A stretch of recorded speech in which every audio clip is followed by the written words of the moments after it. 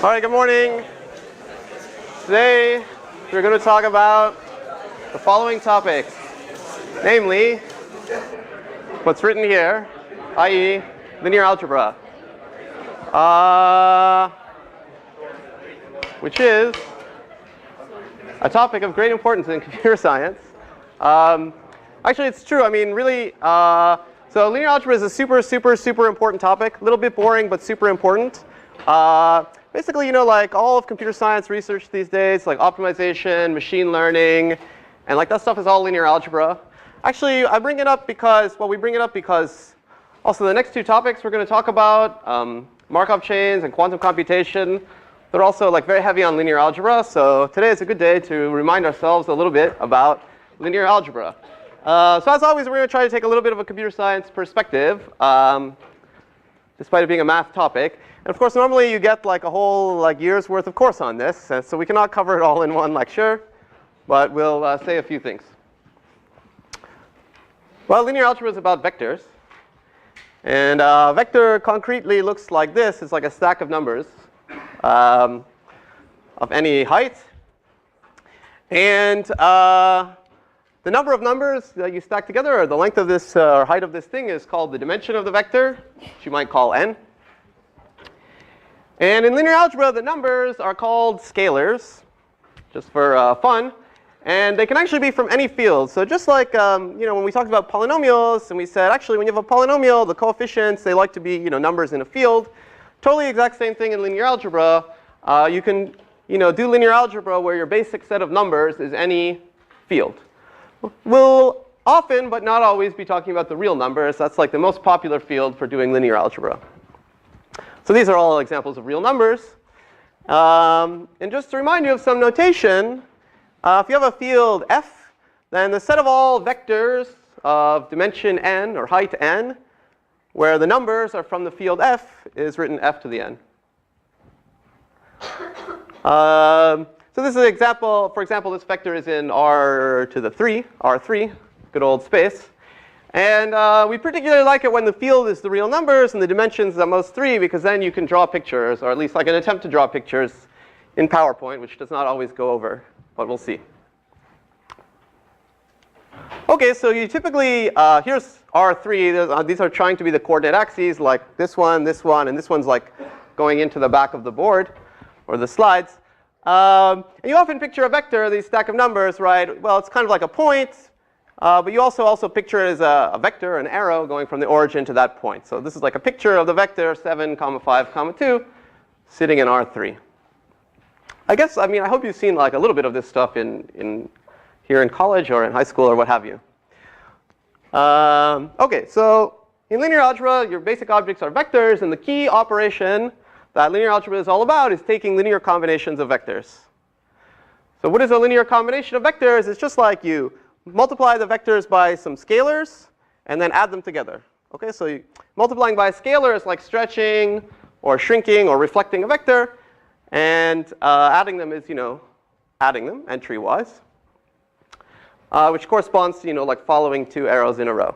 So if we have these three vectors in R3, 3, 2, 1, 4, 3, 1, minus 1.5, whatever, this is a classic example of a linear combination of them. 2 times this one, plus 1 times this one, plus 2 times this one. OK, and that gives you another vector.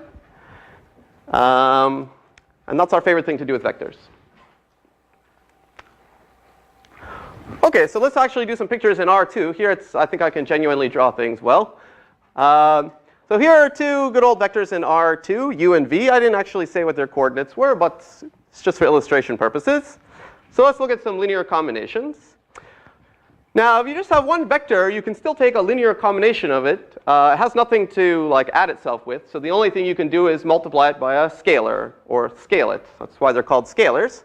So this vector is 1.5 times u. So it's u stretched to 50% more of its length.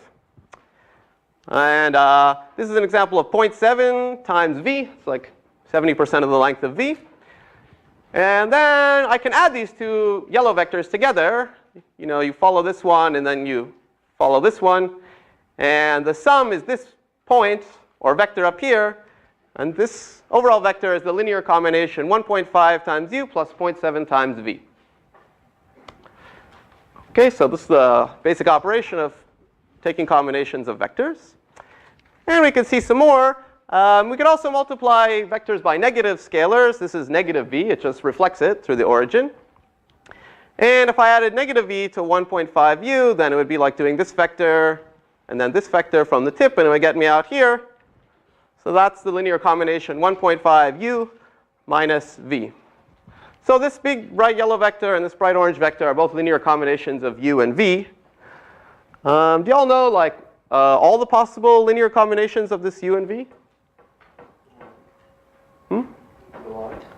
No. If you look at all possible linear combinations of u and v, you can get this yellow one. You can get this orange one.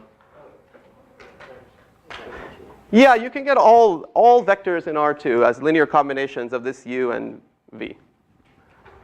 If you take them appropriately. Hope you've seen that before.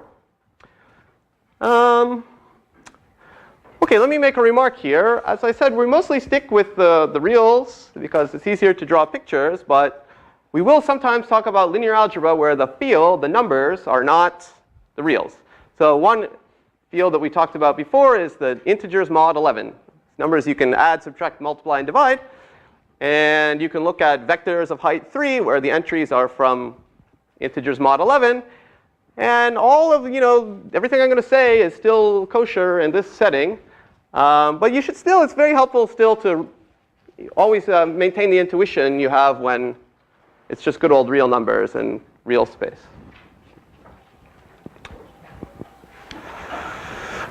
OK, so I kind of want to actually give you some notation for linear combinations of vectors since it's going to be our favorite thing to do with them. So say you've got two vectors like 3, 2, 1 and 4, 3, 1. And you want to take linear combinations of them. One good thing you can do is stick them together and make them columns of a matrix. So this is a matrix with 3 rows and 2 columns. It's the numbers inside this square box. And this is kind of like a definition. If you want to take the linear combination where you do A copies of 3, 2, 1 and B copies of 4, 3, 1, you just write it like this. OK, so this really means that you should do A copies of 3, 2, 1 and B copies of 4, 3, 1 and add them up. Now, this is also what's known as multiplying a matrix times a vector, which I also hope you remember at least the little algorithm for doing. But it really just means this. I mean, take this linear combination of these 2 columns.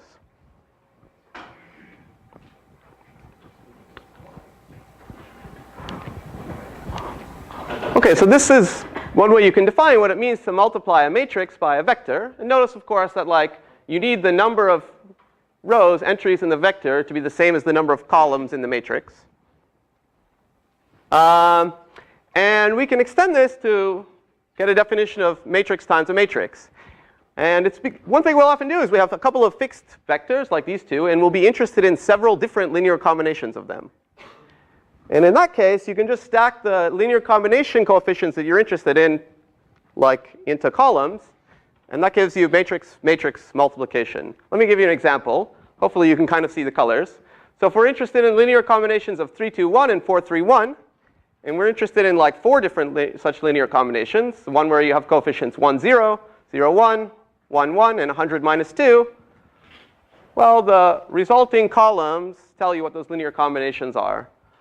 So of course, if you take 1 copy of the first row and 0 copies of the second row, you get 3, 2, 1. If you take, let's say, 100 copies of the first row and minus 2 copies of the second row, you get this 292, 194, 98. OK, so this is one way you can think of what it means to multiply 2 matrices. OK, it's just taking a bunch of linear combinations of columns of the first one. And again, clearly, the number of columns in the first matrix has to equal the number of rows in the second matrix.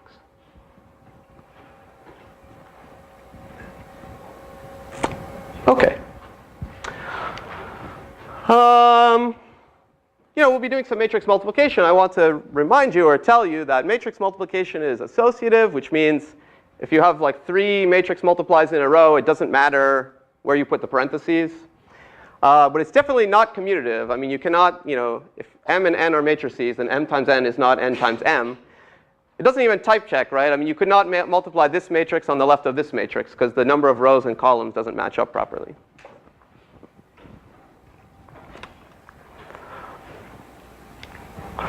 Okay.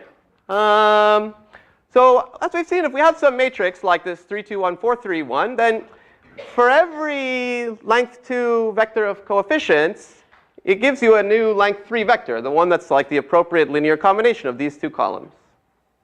So if you want, you can sort of think of this matrix as a function or a mapping that takes as input a length 2 vector and spits out a length 3 vector.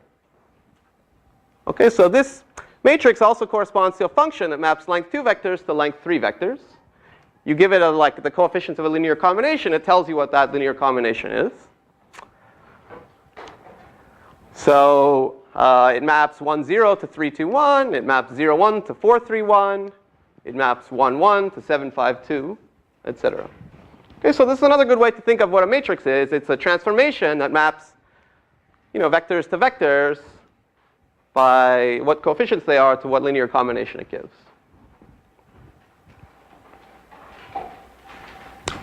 Any questions so far?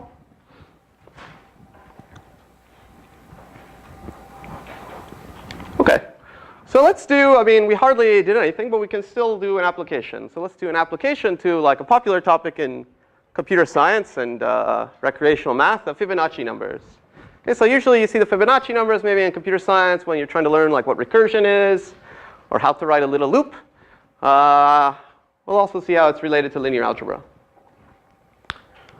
So probably you remember what they are, right? It's a sequence of numbers. You just start with 0 and 1. And then the next number is the sum of the previous two. So like 0 plus 1 is 1, 1 plus 1 is 2, 1 plus 2 is 3, 2 plus 3 is 5, 3 plus 5 is 8, etc. Okay, so it's amusing to list out these numbers. You can write it more formally or recursively like this. We have a sequence, f sub k. The 0th one, f0 is 0. The next one, f1 is 1. And then the remaining ones are given by this recursive rule. Fk is fk minus 1 plus fk minus 2. Now, this is how it's usually defined. And if I said to you normally, like, OK, what is the 100th number in the Fibonacci series sequence?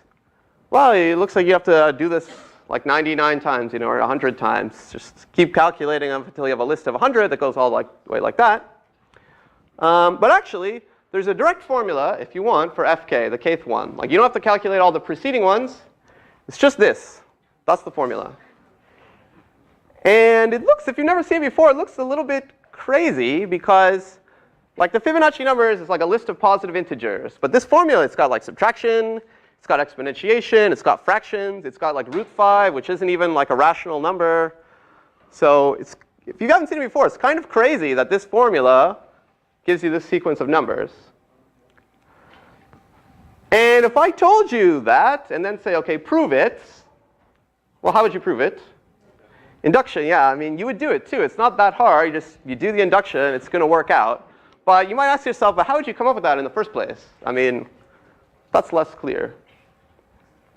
So I guess there's probably more than one way you could come up with this. But let me tell you the linear algebra way, which is how I normally would think about it. So how are we going to come up with this formula using the power of linear algebra? Well, there's the definition of the Fibonacci sequence again. And the key idea of it is in order to get like the next number, you only have to remember what the last two numbers were. OK? So if you're trying to keep track of them, you sort of only need to remember the last two numbers in the sequence. So let's imagine stacking the last two Fibonacci numbers into a vector. It'll be more clear what I mean in a second, hopefully. Let's say you're going along and you've computed up to the k minus first Fibonacci number, and you have fk minus 1 and fk minus 2, and you put them in a little vector of height 2. Now, how do you get to the next last two, fk and fk minus 1? Well, it's right here by the rule. This entry, whatever it is, just shifts down one to here. And this one is the sum of these two. So actually, each of these new entries in the sort of last two vector is a linear combination of the previous two numbers. Well, let me just say it like this. This is like a true relation. Here we have a vector of height 2. This is a matrix, a 2 by 2 matrix. And if you multiply this matrix by this vector, you get the next two numbers. right? Because this says take fk minus 1 copies of 1, 1 plus fk minus 2 copies of 1, 0. So in the first row, you'll get the sum of them. And in the second row, you'll just get the top one here. Okay, there's nothing too tricky going on here. If you just remember how to multiply matrices and vectors, you see that this is a valid formula. So it tells you if you have a little vector that stores the last two numbers, you multiply it by this matrix, you'll get like the next last two numbers. Let me just give you a picture here. So the first two numbers in Fibonacci sequence are just defined to be 0 and 1. So we put 0 and 1 in a little vector. If I multiply it by this, I get the next two numbers. Well, 1 and 1. If I multiply by this matrix again, I get 2 and 1. If I multiply 2, 1 by this matrix, I get 3, 2. If I multiply again, I get 5, 3. If I multiply again, I get 8, 5. So this is the sequence showing up, like 0, 1, 2, 3, 5, 8. Okay, and like this vector, as you multiply by this special yellow matrix, we're going to be very obsessed with this yellow matrix. As you keep multiplying it by it, it kind of keeps giving you the next last two numbers in the series. So, we've just taken the basic definition and transformed it into like linear algebra language. And now we're kind of curious, like what happens if you start with the first two numbers, 0, 1, and you just keep multiplying this yellow matrix by this yellow matrix. Like that'll give you all the rest of the numbers. Maybe we can use this to our advantage. Any question about that? You see what's going on?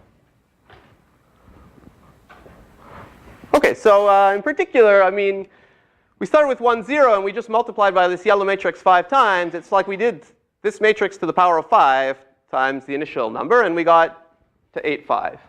OK, so in general, if we start with this vector 0, 1, the initial two numbers, and we multiply on the left by this special yellow matrix k times, then we'll get the kth Fibonacci number and the k plus first Fibonacci number. OK? Good. So remember I told you can think of a matrix as a map. It takes as input a vector, it spits out a vector. And here it's a 2 by 2 matrix, so it takes in a 2-dimensional vector and spits out another 2-dimensional vector. So some kind of transformation that takes vectors to vectors. And we're interested in multiplying by it repeatedly. So we're kind of curious what happens when you take a vector and do this transformation to it like many times in a row. So how can we figure out what this map looks like? Oh, this is a good job for a computer. So I will actually show you a little demo, tiny one. If you ever have vectors or matrices, you should always just use MATLAB to solve all your problems. You can use it for free at Carnegie Mellon. So that's what we'll do. So let me go to it. So we're interested in this. I don't know if you can read this, but you'll see it soon. We're interested in this matrix A, which is like 1, 1, 1, 0. OK, now MATLAB, there it is. That's A. Now MATLAB has this handy thing that helps you look at matrices. OK, so let me explain what's going on here. This is just a picture of R2. It's like the horizontal axis and the vertical axis. And what this little app in MATLAB does is it lets you like kind of take a vector, like this green vector x, and it shows you what is A times x. And it actually always starts out, luckily for us, with the vector that we care most about, 1, 0, because that's the first one we apply A to.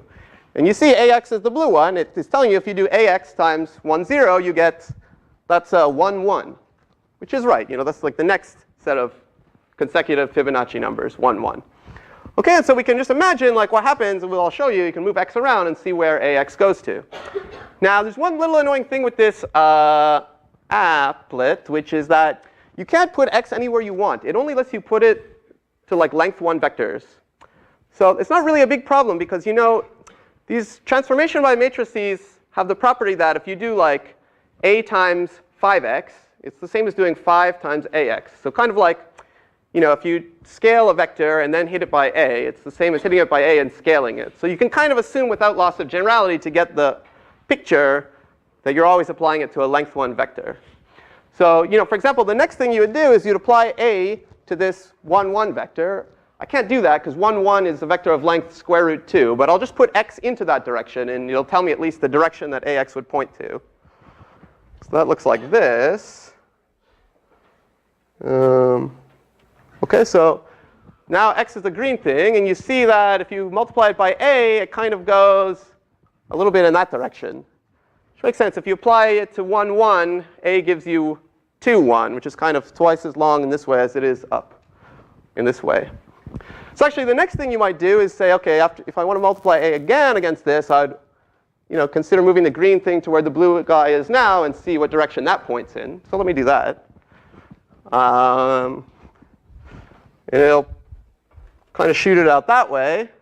And then if I move the green to where the blue is again, it would like shoot it out that way. And actually, you see, if I just keep doing this for a while, like if I keep multiplying by a, it'll sort of move more and more in that kind of diagonal direction. And actually, the current x I show up here is very interesting. It's an x that has the following interesting property. When I multiply a against that x, it doesn't like twist x or rotate x or anything. It just stretches it. That's a very interesting property that we're going to pay attention to. This property that x has, namely that when you multiply by a, there's no rotation or anything. It just stretches it. It just scales it. So that's an example of such an x where it just scales it. Now we can look at to see if there are any other directions like that. And actually there are. If you put x over here, you might not realize it at first, but this green x, when you multiply it by a, it turns into this blue vector. And that's actually just a scalar multiple of x. It's a negative scalar multiple because it reflected it. And it got about 60% as long as it was before. So this, if you take this x, multiply it by a, you get like about negative 0.6 times x. And again, that's a special direction where there's no rotation. It's just, well, there's a reflection and scaling. So there's scaling by a negative number. Any questions about this? You see that that happens? So we can draw the rest of it and get like a little thing that looks like Saturn. So this is how it works. Ooh. OK, that's good to know. I mean, in general, if you multiply in 2 dimensions by a matrix, right, it like scales the vector some amount and also kind of rotates it. OK, and we're going to ask you to pay attention to these 2 special directions. This one, which is actually sort of the same as this one, just in the opposite direction. And also this one. These are both the directions where if you multiply a times that vector, it just scales it. OK, so let me go back to PowerPoint now. OK. So this is what we were looking at. And yeah, what I wanted to say is these black vectors are pointing in these special directions wherein a just scales things. And I'm interested in figuring out what these directions are. OK, like literally what the numbers are for these black vectors. And I can just solve for them pretty easily. And that's what I'm going to do now. You see, to solve for them, I'm interested in a vector xy such that when you do this matrix times xy, you just get a scalar multiple of xy. So lambda times xy for some scalar lambda. Now, I'd like to solve for this and hopefully get out those 2 black vectors. Now, there's a bit of an issue, which is that, oh yeah, by the way, if you look at the picture, the lambdas are about 1.6 and about minus 0.6. Now, if you write this out, you actually get 2 equations and you have 3 unknowns. So it looks like you have a bit of a tricky situation on your hands. But it actually kind of makes sense. The thing is, there's something that's sort of not unique about these vectors x, y, which is that if you have a solution to this, a vector x, y, which a just scales, then also like 2 times xy and 3 times xy and a quarter times xy all have these properties. I mean, if you take a vector, any scaling of it also has the property that if you take a vector that satisfies this and you scale it, then that vector will still have the property. So we have to like sort of arbitrarily scale this vector in some way. And what we're going to do is just whatever it is, we're going to imagine scaling it until the second coordinate is 1. OK, so maybe you didn't quite follow what I said, but I want to say that without loss of generality, in trying to solve this equation, we can just fix y to be 1. It's like in this picture, I drew these vectors just so that their height was 1. I mean, I could have drawn them any height. So in any case, let me do that. Let me say I'm trying to solve this equation, and this system, and now I have two variables and two unknowns.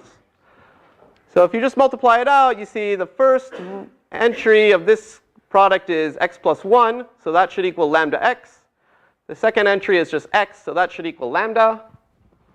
And now you have this little system. It's very easy. You can just say that lambda equals x, so plug it in here. You get x plus 1 equals x squared, or x squared minus x minus 1 equals 0. So now you have to solve this one equation of one unknown, or find the root of this polynomial, which you can do using the quadratic formula.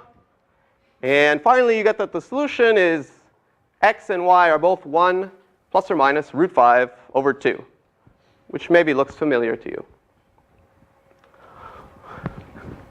OK, so long story short, in this example, let's look at these two values, 1 plus root 5 over 2, which is about 1.6, and 1 minus root 5 over 2, which is about minus 0.6. This number is sometimes called the golden ratio. And I'll call them phi and psi. And what we just showed is that if you do phi 1 and you multiply by this matrix, you just stretch phi 1 by phi. That's literally what we showed. And if you do psi 1 and multiply by this matrix, you stretch psi 1 by psi, which is like stretching it by minus 0.6. And you don't need to know this, but these interesting directions happen to be called eigenvectors. That's the math name. And these scaling factors happen to be called eigenvalues. That's the math name, but we won't use that terminology in this class. In any case, so there they are. This is about like 1.6 comma 1, and this is about minus 0.6 comma 1.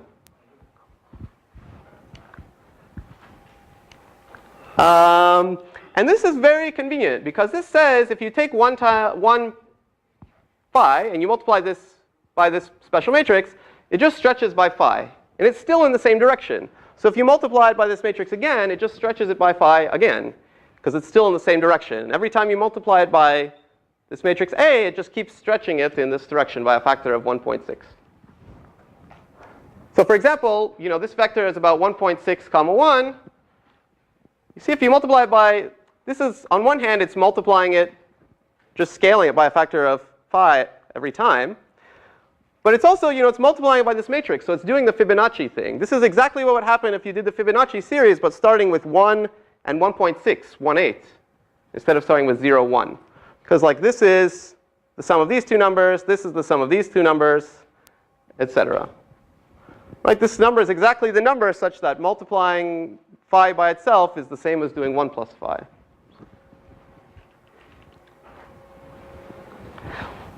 OK, and similarly, it's the same thing with psi, negative 0.6. If you started your Fibonacci series a little strangely with 1, and then the next one was minus 0.6, then the next one would be 0.38, the next one would be minus 0.236, etc. But this is also the same as just taking this vector and repeatedly scaling it by a factor of minus 0.6. So it's repeatedly reflecting and also shrinking by 60%. So actually, this gives us, if for some weird reason we decided to start our Fibonacci with 1 and phi, then there would be a very simple formula for the numbers in the series. It would just be the powers of phi.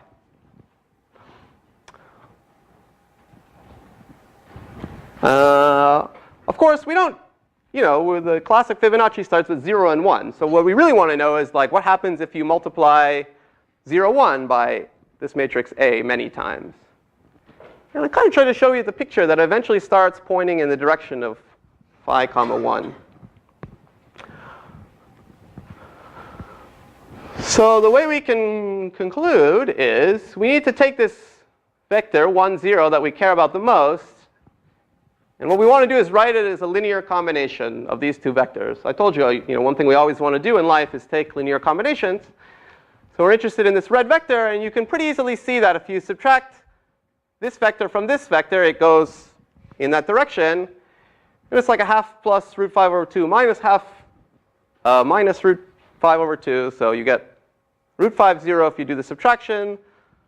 So long story short, if you take this linear combination of these two special black vectors, 1 over root 5 and minus 1 over root 5, you get the red vector that we care about, 1, 0.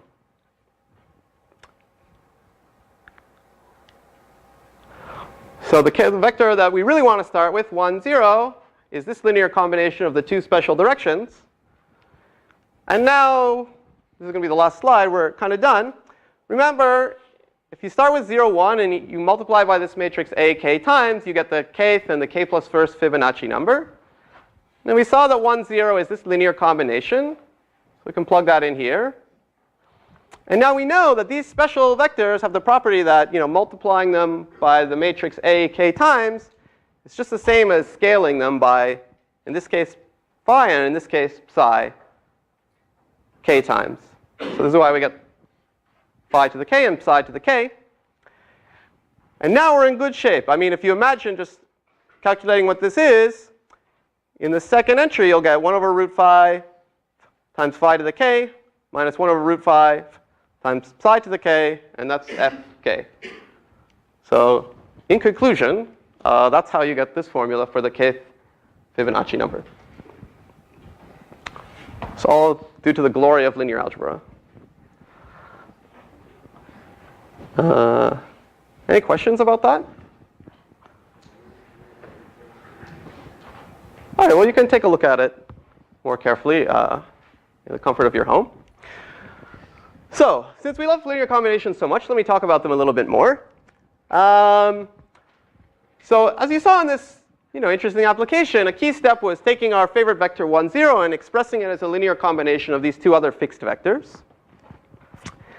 And more generally, what we often do in life is fix a small number of vectors and ask ourselves, which other vectors can we get by taking linear combinations of them? Or if I have a third vector, can I get it by taking linear combinations of the other ones? So let's make a definition for this. If I give you a set of vectors S, v1 through vk, then their span is the set of all linear combinations of vectors in S. So usually S is finite at some small number, but actually, let's say if you're working over the reals, there's infinitely many vectors in the span. I'll show you pictures in a second. And we can use matrix notation to express this. Where the span of, let's say, v1, v2, v3 is this. It's everything that you can get by stacking them into columns and multiplying by a vector of coefficients from your field. As a small technicality, if k is 0, then you're taking linear combinations of 0 many vectors. But you know that whenever you add up 0 things, it's 0. So small technicality, span of the empty set is the 0 vector. I hope you will remember that. OK, so let's do a picture, let's say in R3, our favorite space for pictures. So let's go back to this vector we like, 7, 5, 2. If I ask you, what is the span of just the set that contains this one vector, what would it be? No, the span of a set of vectors is in general another set of vectors. Those are all the vectors that you can get by doing, well, linear combinations of just this one vector.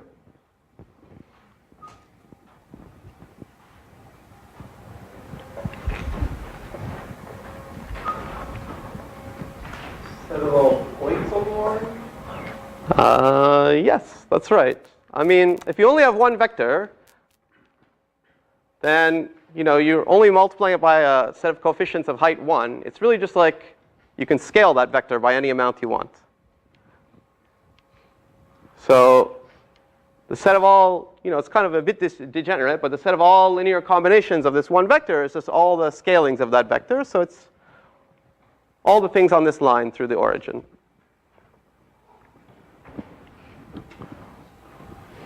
OK? Say I give you another vector, 3, 4, 1. Does anybody know what the span of these two vectors together is? What it looks like, at least?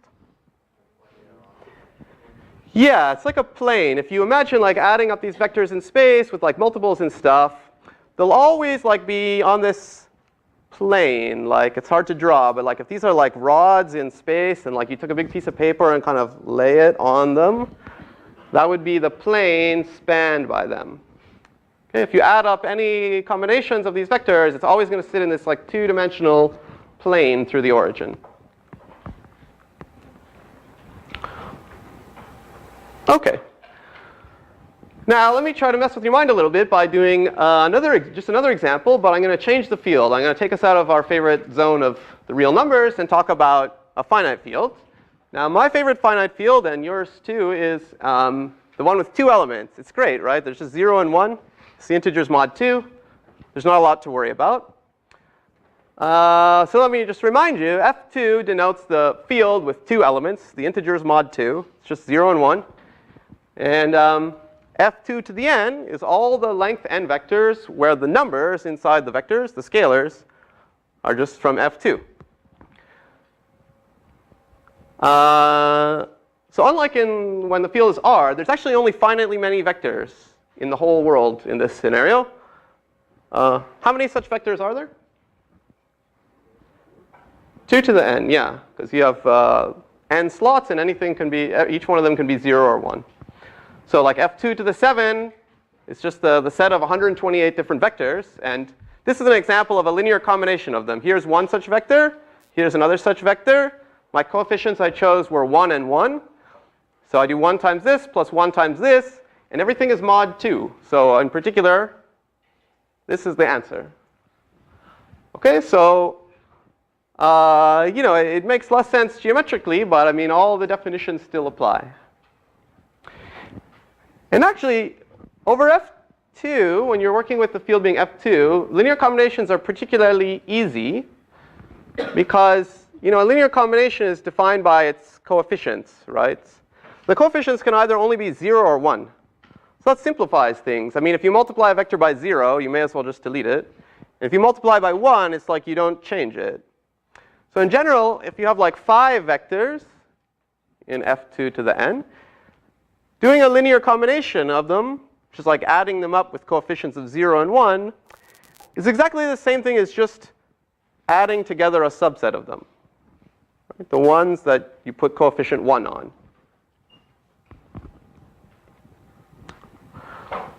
OK, so let me give you an interesting example of a span. So here I'm working in F2 to the n, vectors of height n. The entries are 0 and 1 mod 2. And here are n minus 1 vectors. If you take a look at these vectors, there's a 1 in the last entry of all of them. And otherwise, you get like a 1 in the first coordinate, a 1 in the second coordinate of the second, a 1 in the third coordinate of the third, all the way down to a 1 in the n minus 1th coordinate of the n minus 1th vector. So now, what I want you to tell me is, how can you describe the span of these vectors? What is a good description of the span of those vectors? I will take a drink while you think about it.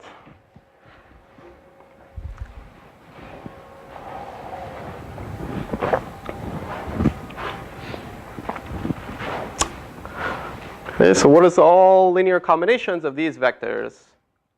Mod 2. We've got a lot of good ideas. I think this person down here had his hand up. So I had all of the points in the plane xn equals 1. Pardon me? All the points in the plane xn equals 1. You're saying like all the vectors that have a 1 in the last coordinate? No, that's not correct. And I'll give you a reason why. One thing that's in the span of these vectors is just 1 times the first one plus 1 times the second one plus 0 times the rest. So if I do 1 plus the first one, 1 times the first one plus 1 times the second one, I'll get 1, 1, 0, 0, 0, 0, 0. And here I'll get 1 plus 1, which is 0 mod 2. So I would get 1, 1 followed by all zeros. So that doesn't have a 1 in the last entry. But it is an example of a vector that's in here. 1, 1 followed by all zeros is in the span. Yeah? Either all vectors with an even number of ones and the last one 0 and an odd number of ones and the last one. Or the other way. Yes. What you said is true. And I could say it even more Is there an even simpler way to say it? Yeah? Did you just say the last element is the parity of the previous bits? Yeah, that's another way to say it. Kind of like what Apurva said. The last entry, any vector where the last entry is the parity of the previous ones, or even, yes? It's the sum of all the previous ones? Mod 2, yeah. Yeah. Yet another way to say it is it's all the vectors have an even number of ones. So why is that? I mean, everything that you said was correct. Right? Because basically what happens if you do a linear combination of these things, like I said before, when you only have two coefficients, 0 and 1, it's just the same as adding up some of them, like a subset of them. So if you see, if you're adding up a subset of them, you can kind of get whatever you want in the first n minus 1 coordinates. But you'll always get, if you take 7 of these vectors, you'll always get 7 ones in the bottom, which is 1 mod 2. So the last entry, as was said by a couple of people, will always be like the sum, mod 2, of the entries in the first n minus 1 spots. So if you take an even number of columns, you'll get an even number of ones up here and then 0. And if you take an odd number of columns, you'll get an odd number of ones in the first n minus 1 coordinates and then 1. So in either case, you'll always get an even number of ones. Okay, so that's also an example that you can think about a little bit more in your spare time. So let me go back to, let's get a little away from this F2 stuff and go back to this picture with the reals.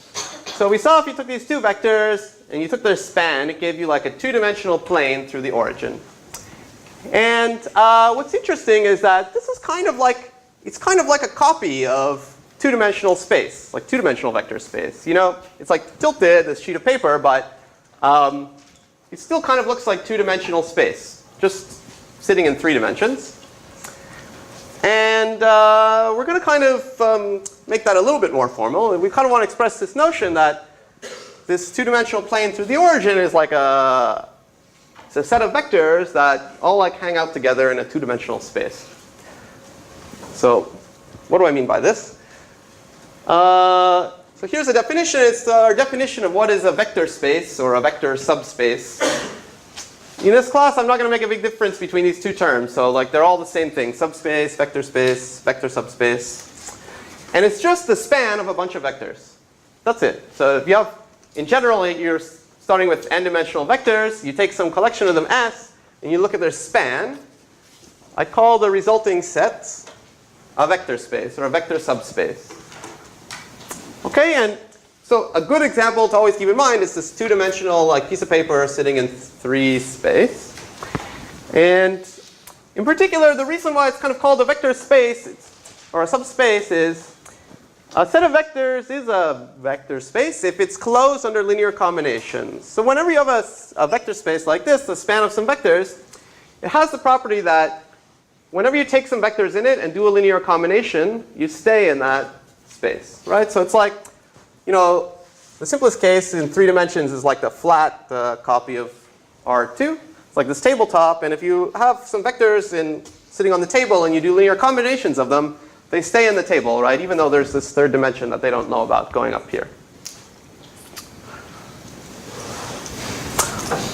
Okay, so let me give you some examples. And we'll start with one we just saw. This set E, the set of all vectors with an even number of ones, is the span of a bunch of vectors. So it's a vector space, or a vector subspace. And actually what I told you is that meant that it's closed under linear combinations. If you take any, let's say 2 vectors that have an even number of ones and add them up, you get another vector with an even number of ones. Remember, this is all mod 2. And the reason is, well, you have an even number of ones in the first vector, an even number of ones in the second vector. When you add them, kind of collectively, you have an overall even number of ones. Now, sometimes you take 2 ones that you added up and they change to a 0 because you're working mod 2, but it still preserves the fact that you have an even number of ones.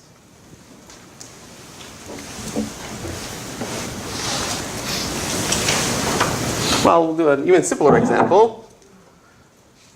Let's look at these 3 vectors. in 3 dimensions, 1, 0, 0, 0, 1, 0, and 1, 1, 0. It has 3 vectors in 3 dimensions, u, v, and w. How would you describe the span of these 3 vectors? All their linear combinations. Yes? All vectors whose z-coordinate is 0. Yeah, it's all the vectors. This is actually like what you said. Yeah, all the vectors whose third coordinate is 0. Because if you do like multiples of these vectors, you'll still have 0 in the last coordinate. You add them up, you'll still have zeros in the last coordinate. And also you can get any vector that has a 0 in the last coordinate. Like if you want to get like 3, 10, 0, just take 3 copies of this, 10 copies of this, 0 copies of w. So indeed, T, it's like the tabletop, is all the vectors that have a 0 in their third coordinate. So in pictures, here's v, u, v, and w. This one is like sitting flat on the floor. This one, it's hard to tell. And their span is like all the linear combinations. It's like all the things on the floor. You know, it's all the things with height 0. And this is a subspace. It's also like a 2-dimensional piece of paper. Now, it's actually also the span of any 2 of them. It's not hard to check. To get like all the vectors that have 0 in the third coordinate, you can just do the span of these 2 vectors. You'll still get it. Or actually, if you think a little bit more carefully, it's the span of any 2 of them. Maybe you can see that from the picture a little bit. You can get to any vector on the floor by taking linear combinations of your favorite 2 of these yellow vectors. So what I'm trying to get at with this example is that this set of vectors, u, v, and w, it spans T, but it's a bit redundant because you don't need all the vectors.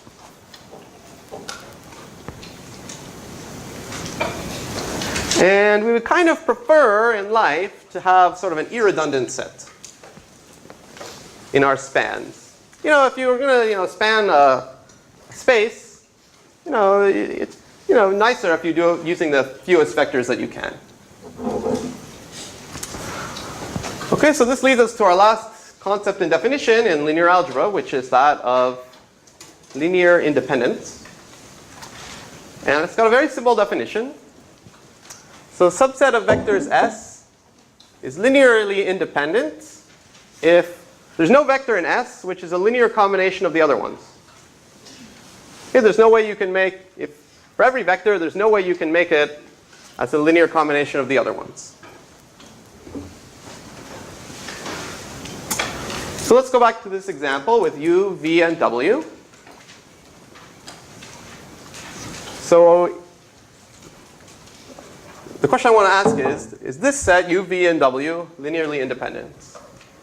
And actually, before you answer, let me stress a point, which is that linear independence is a property of sets. Okay, it's not a property of vectors. Like if I say this vector is linearly independent, that doesn't make any sense. Okay, it's only sets of vectors that are linearly independent or not linearly independent. Okay, so let me ask: is this set u, v, and w linearly independent? Somebody want to say out loud? No, it's not, because as we saw before, like for example, w, which is 1, 1, is a linear combination of u and v. Okay? So if it's not linearly independent, it's linearly dependent. Okay, what about just the set of 2 vectors u and v? Is it linearly independent? Yes, because it's easy to check. I mean, the only way it would not be is if v was like a linear combination of u, which means that v is a multiple of u and v is not a multiple of u, and vice versa. Okay, so these guys are linearly independent, and so are uw and so are vw as sets. What about just the set with 1 vector in it, namely u? Is that linearly independent? Yes. I'm actually going to get into like the weirdo edge cases, but let's do the weirdo edge cases since we're testing out the definition. Yes, because it would only be linearly dependent if u, 1, 0, 0, was in the span of the rest of them. What is the span of the rest of them? Yeah, this is also a technicality. If you take away u, you're left with the empty set, and the span of that is the 0 vector, the vector of all zeros. But u is not the vector of all zeros, so it's linearly independent. Okay, now let's really dig into the edge cases since we're here. What if you had a set that only had one vector in it, and it was the all zeros vector? Would that be linearly independent? No, because it is in the span of the empty set, so it's not linearly independent. Now we're getting a little annoying, but I bring this up because a linearly independent set will never have the 0 vector in it. That's what I want you to remember. Because 0 is in the span of even the empty set. And lastly, is the empty set linearly independent? Yeah, for like a vacuous reason, but never mind. Anyway, these are edge cases, but I really want you to remember the main case. Like, these are not linearly independent because W is a linear combination of U and V, but let's say U and V are linearly independent. Okay, any questions?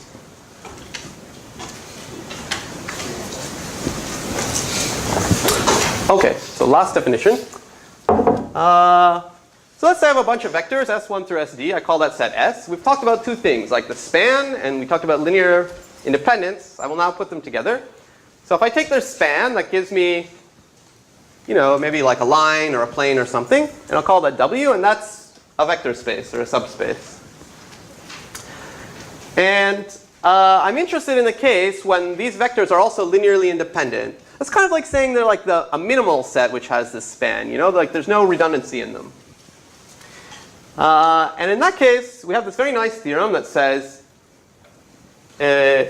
every vector in the subspace, in the span, is a unique linear combination of the vectors in S. Okay, by definition, if W is the span of these vectors, then every vector in W is some linear combination of the vectors in W in S. But if they're also linearly independent, like they're not sort of redundant, then it's a unique linear combination. And that makes us happy. Let's do the proof. It'll fit into this space. So let's say that you have a vector v, and this is a linear combination of the S vectors that gives you v. So here, S1 through SD are vectors, A1 through AD are scalars. And let's say v is also a different linear combination. Well, it's this linear combination, b1 S1 plus dot dot dot bd SD. So what are we trying to prove at this point? What do we want to prove to show this uniqueness result? Yeah, we want to show like the last line of the proof, or actually it's going to be the next line, is that we want to prove that like A1 equals B1 and A2 equals B2, so that they're the same linear combination, right? This is a general life strategy. If you want to prove something is unique, you say, let's say we had two things that have the property, then they have to be the same thing. Right? This is how we're proving that it's a unique linear combination. We're saying, well, if you ever have two linear combinations that give you a vector v, then they're actually the same. Okay, so how are we going to prove this? Well, if they're not all the same, like A1 equals B1, A2 equals B2, etc., then there's some k where they're different. So let's assume that AK differs from BK. And for notational simplicity, let me assume that this k is 1. So A1 does not equal B1. Now I'm just going to subtract these two representations. Subtract this vector equations. And I'll get 0 on the left. And on the right, I'll get A1 minus B1. That's a number, a scalar, times vector S1. Plus A2 minus B2. That's a number times S2, which is a vector, plus dot dot dot. And A1 does not equal B1, so this number is not 0. And if you have a number that's not 0, and everything is a number in a field, then you can divide by it. That's what we want to do. So actually what I'm going to do is I'm going to take all this part of the vector and put it on the left-hand side, and divide by this number, A1 minus B1. So what do I get? I get that S1, the vector, is a linear combination of the other vectors, S2 through SD. These are all numbers, and then we have a list of numbers times vectors. So S1 is a linear combination of the other S's, which contradicts the assumption that these vectors are linearly independent.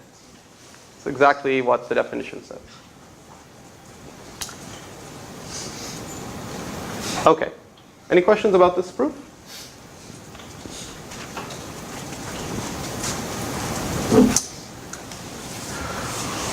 Okay, so when you're in this nice scenario where you have a subspace, which is the span of subvectors, and those vectors are linearly independent, so they're kind of not redundant, and therefore every vector in the W is a unique linear combination of them, we say that this set is a basis for W. So a basis for a vector space is a spanning and linearly independent set. Okay. At this point in the lecture, I was going to prove a theorem in linear algebra because it's actually the most interesting first theorem in linear algebra. It's like a non-trivial theorem about linear algebra, but I'm actually going to skip it in the interest of time. I'll tell you what it was, though, and you can look at the slides later. Let's say you have a vector subspace. The theorem is that every basis for it has the same number of vectors, and that's called the dimension of the vector space. It's like saying, again, imagine you're in 3 dimensions, and you take a vector space. That's the span of some vectors. So maybe you took 3 vectors, but they spanned a 2-dimensional space, one of these pieces of paper. Well, it wouldn't be a basis, these 3 vectors, because they're redundant. And this kind of says, like, there's a notion of dimension. Like, if you have a 2-dimensional, plane in space, every basis for it has 2 vectors. It's kind of, you probably know about this. I mean, it's kind of from your intuition that, in 3 dimensions, you have these 1-dimensional spans, these lines, these 2-dimensional spans, which are like the pieces of paper, the 3-dimensional spans, which is everything. But we're going to skip the proof. But you should take a look at the proof. It's a little bit interesting, particularly because the proof is like an algorithm, as you'll see. Actually, in linear algebra, all the key theorems are, in a sense, algorithms. Like Gaussian elimination is like a key algorithm. This is also proved by an algorithm. But I will skip it. So it goes like this. You can read it really fast. Aha! And we're done. Well, you can try to read it. It's interesting. Okay, I skipped this because, I want to have time to talk about the application. That we'll do at the end. And this application of linear algebra, I like it very much. It's an application to a familiar scenario. Now, if you remember last time, we talked about error correcting codes, and that's what we're going to talk about again in the last 15 minutes. This is a scenario where you have 2 parties, Alice and Bob. They're not worried about any eavesdroppers or secrecy or anything. Alice is just trying to get a message to Bob. Okay, but the trouble is that when Alice transmits a message, it can get corrupted. Okay, like the symbols in it can get corrupted. So Alice wants to add some redundancy to the message so that even if some symbols are corrupted, Bob can still figure out what she or he was trying to send. Now, if you remember last time, we had this very beautiful solution to this called Reed-Solomon encoding. It used polynomials. It was very cool.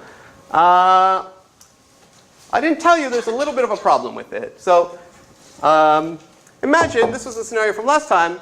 Alice had a message, which is like a sequence of bytes, or we thought of them as numbers in the field, F257.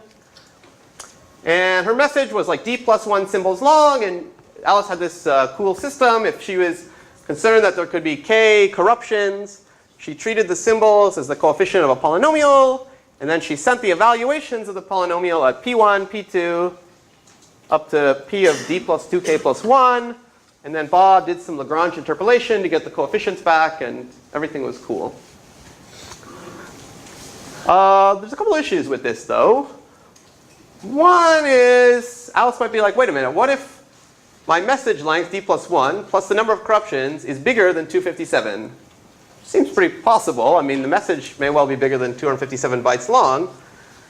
Then it's a bit of a problem to do this, right? Because these are supposed to be evaluations of the polynomial at this many different points, or different values. But there are only 257 different values mod 257. So she's actually stuck in this case, or if she or he wants to send a pretty long message. That's a little problem. Another problem is we made the assumption that like when Alice transmits a message, she's like transmitting a sequence of bytes. We made the assumption that the corruptions were at the byte level, that like a byte could get like corrupted or erased maybe. But like what if the channel corrupts bits? Then she's kind of got a bit of an issue. You know, she could do everything mod 2 rather than 257, but then her messages cannot be more than like 2 bits long, which is really bad. Okay, so we're going to get a new and also interesting and pleasant solution to Alice's dilemma using linear algebra. Okay, so let's imagine this scenario. Actually, we're going to simplify it soon enough, but let's say Alice wants to send a n-bit long message to Bob, and she's worried that the channel might flip or corrupt up to k bits. Now, if it's corrupting bits, you know, like a corruption is just flipping a 0 to a 1 or flipping a 1 to a 0. So Alice is worried about that, so how can she get the message across? As always, she wants to maybe add some extra bits to her message as kind of redundancy, so that even if the channel flips some of the bits, Bob can still figure out what she was trying to send. Let's actually even dial down our expectations a little bit. Let's imagine the channel might only flip up to 1 bit. And for some reason, it's going to be convenient notation-wise, I'm going to assume that Alice is sending an n-1 bit message. In fact, let me dial down the expectations even further. Let me just worry about, for now, the question of how can Bob even detect if there's been a bit flip? You know, forget Bob like trying to figure out Alice's message. Let's just say Alice has this n-1 length message. She's worried that there might be a bit flip, so she maybe adds some redundancy. She transmits to Bob. Bob gets like a received string of bits, and he just wants to know, was there a bit flip in here, or is this exactly what Alice sent? Okay, I mean, ultimately he also wants to figure out if there was a bit flip, which one was flipped, but let's warm up with just trying to tell if there was a bit flip. Okay, so let's see a solution to this problem. And here's a classic solution, which maybe you've even thought about before. Alice has got this message of n-1 bits. She wants to transmit it to Bob. And what she's just going to do is she's going to add 1 extra bit, 1 bit at the end of redundancy, and that bit is going to be the parity, the sum mod 2, of her messages n-1 bits. So she'll just send her message, and then stick on the parity of the message at the end as 1 bit. So why is that a helpful idea?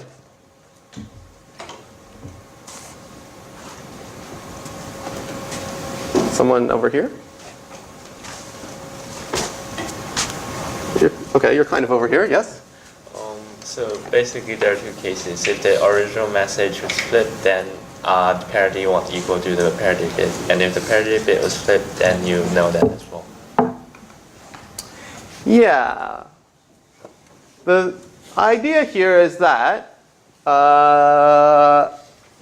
in this case, Bob can't exactly tell if one of the bits got flipped. You can divide it into 2 cases depending on whether it's the final parity check bit that got flipped or it's an original message bit that got flipped. But actually, in general, Alice's encoding always has the property that has an even number of 1s. Right? Because whatever number of 1s, even or odd, was in her message, that last bit she sticks on always makes it up to an even number.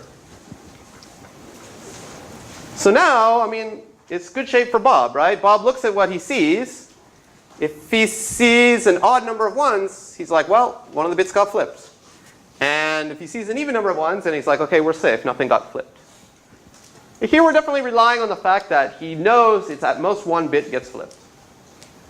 If 2 bits get flipped, then he could see an even number of 1s, even though that's not what she sent. But, I mean, eventually we're going to handle more than 1 bit flip anyway. This is kind of for illustration. And actually, this is kind of optimal. You can try to prove this yourself. What's nice about this is Alice can send 2 to the n-1 different messages, only sending n total bits. And Bob has the ability to detect any 1-bit error. And there's no more efficient way to do this.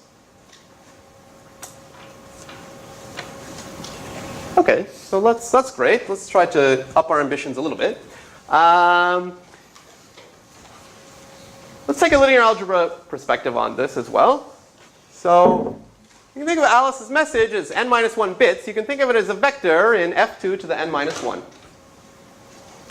And you'll see what both Alice do and what Bob do in this scenario is like matrix multiplication. If you think about it, what does Alice do? She multiplies this vector times this matrix G. In the in error correcting code terminology, this is called a generator matrix. And it's called that because, to encode a message, which is a vector, you just multiply it by this vector G.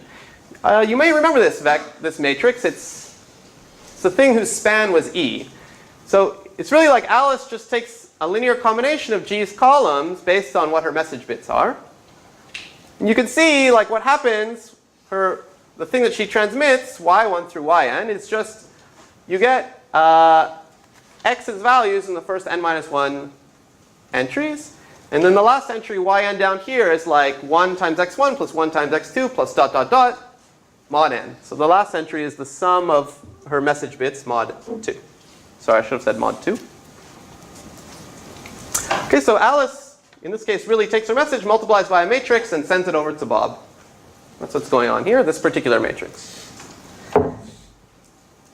And actually, Bob's actions are similar. So let C be the set of strings that Alice might transmit. It's actually the set of all strings with an even number of ones. We called it E before, but we'll call it C here for code. C is just the span of the columns of G, because she can put down any message vector x. When she multiplies it against G, she gets some linear combination of G's columns. So C is, for example, a vector subspace of f2 to the n of dimension n minus 1. Now let's look at what Bob receives. Bob receives n bits. He also thinks of them as a vector. And remember, what does he do to detect an error? He just adds them up, mod 2, and checks if that's 0 or not. You can think of that as a very simple action. It's multiplying by this 1 by n matrix, which is called the parity check matrix, H. And if you multiply this matrix by this vector, you just get the sum of the entries of this vector. Everything is mod 2. So he just checks if that's 0 or not. And if h times what he receives is 0, then that means no errors. If it's 1, it means there was an error. Actually, Bob and Alice both multiply by matrices. And this is like, actually, all codes are based on this principle. Almost all codes that are used in practice are based on this principle. Alice takes her code as a vector, multiplies it by some matrix to make it longer, sends that to Bob, and Bob kind of checks if he got a good transmitted word by multiplying by a parity check matrix. So let me give you this more tricky question. What if we want to actually correct the error? I mean, if you detect that there's an error, you would prefer to know which bit got flipped. And so far we have a trouble, right? Because if Bob sees, let's say 100000, that has an odd number of 1, so there is definitely an error. But he doesn't know if it was this message, this message, this message. Any one of these has 1 bit flip from what he saw. So I'll show you the simplest extension of this scheme where you can actually correct a bit of error. This is due to this old person called Richard Hamming. It's called the Hamming 7-4 code. It's very simple. It's a very simple scheme where Alice has a 4-bit message in her head she wants to send to Bob, and she's going to send it using 7 bits. So that's somewhat a lot of redundancy, 75% longer, but it's going to have a cool property. And she's going to do it by multiplying her 4-bit message by this weird matrix. You'll kind of see where this matrix comes from later. So she has a message which is 4 bits long, some vector x, 4 bits. She just multiplies it by g, and she gets a 7-bit vector. And that's what she sends to Bob. And if you look at carefully, the first 4 bits of the vector that she sends are just her message. So she sends her message, and then the last 3 bits, which come from these rows, are certain parities of her message bits. So it's like she's using more parity checks in a sense. So this is the interesting property of the matrix G. Let's say she has a message x, she multiplies by g, and she gets a code word y, which is length 7. If there's no mistakes, then y will satisfy several parity checks. I claim that whatever she sends, if there's no mistakes, if you multiply it by this 3 by 7 matrix, you'll get 0. And the reason for that is, if you look, h times g as matrices gives you the 0 matrix. You have to check that, but if you do this matrix times this matrix, you get all zeros everywhere. So that means if there are no errors in transmission, and when Alice is sending x, she sends g times x, and then if you multiply that, y, by h, you'll get all zeros again.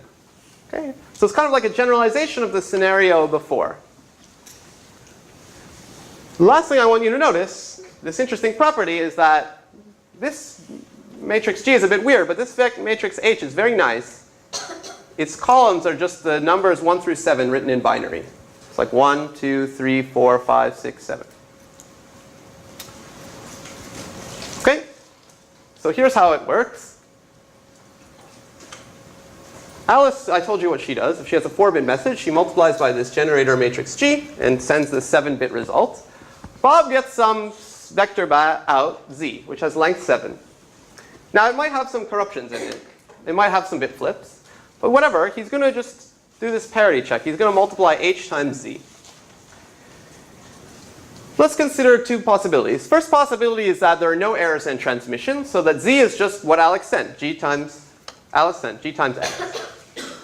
Now, as we saw before, h times g is all zeros matrix. So h times z is h times g times x, which is 0. So it's just like in the earlier case. Bob multiplies by h, and if he gets the length 3, 0 vector, then he's like, great, there were no mistakes. On the other hand, suppose that when Alice transmitted g times x, one of the 7 bits got flipped. We don't know which one, but one of them got flipped. And you can model that as saying the transmitted word z is gx plus ej. This stands for the vector that has a 1 in the jth coordinate and zeros elsewhere. Okay, so gx plus ej mod 2 is just like gx with the jth bit flipped. So now what does Bob do? He multiplies what he sees by h. He gets h times z, which is h times gx plus ej, which is hgx plus hej. We have the distributive property. And hgx is 0, so he just gets h times ej. And if you think about that, h times the vector that's all zeros except for the jth entry, that's just saying, give me the jth column of h. So what he gets out is the jth column of h, which is just the binary representation of j. So if he does h times z and sees 1, 1, 0, he knows that it was the 6th bit that got flipped. He immediately recovers j. So Bob can not only detect an error, he can exactly pinpoint where the error was just by seeing what answer he gets when he does h times z. Okay, so there's a generalization of this to larger messages. If you want to send 7 bits, you can do it with, if you want to send, what we just saw is you can send 16 different messages using 7 bits. In general, you can communicate one of 2 to the n over n plus 1 messages using n bits, and guard against 1 bit of error using an analogous scheme. And this is also optimal. This is something that you can prove for yourself fairly easily too. Okay, I'm out of time, so see you on Thursday.